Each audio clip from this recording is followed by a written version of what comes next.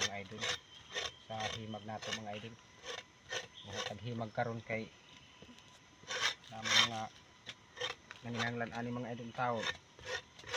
So startan maluis sa mga idol. Hindi na lang, taga na lang. Ikan layo ni. Kuha ang gihapon ko diri mga idol. Ang ani mga idol mo. Kuha ang kaghimag mga idol. Paniton yun nimo ang panit mo ikahaon.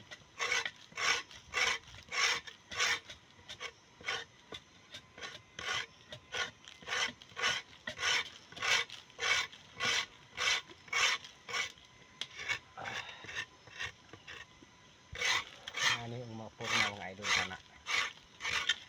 Ani himag.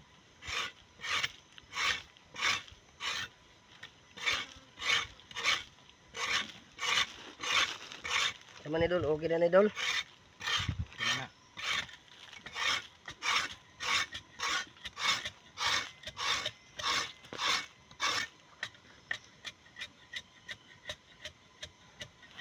Mo di ni Dol magkapoy di Dol manguha din ni himag di idol. Bukid ka Dol no. Pero ang uban na ni Dol. Moingon na sila na. Ayahay ra ko ni panguhaon himag. Kapoy man di ay. Kung naani o, ang layo apat ang gilakwan. Ani ang porma mga idol sana.